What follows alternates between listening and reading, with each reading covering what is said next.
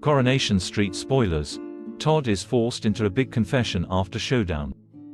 Relations between Todd Grimshaw and George Shuttleworth have been strained in Coronation Street recently, which has been hugely awkward given that George is in a relationship with Todd's mum Eileen and they all live in the same house. The rift was caused by Todd's ambitions for his career as a funeral director. After he was nominated for the Young Funeral Director of the Year award, Todd felt that he deserved a pay rise, something that boss George was unwilling or unable to give him. So Todd jumped ship for the local branch of Shuttleworth's more corporate rivals Rest Easy.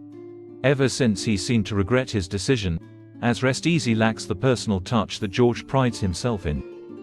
When Paul Foreman was arranging the funeral for his friend Shelley, he came to Todd first, and Todd recommended Shuttleworth's, knowing that Shelley's funeral would be better handled by George than by Rest Easy.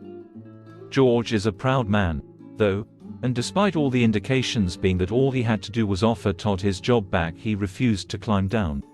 Instead, he hired a replacement for his former right-hand man in the form of the very tall Lee, who can best be described as a man of few words. Poor Lee seems to have found himself in entirely the wrong profession as he can't handle his emotions, which is a bit of a drawback when you have to remain professional around the recently bereaved.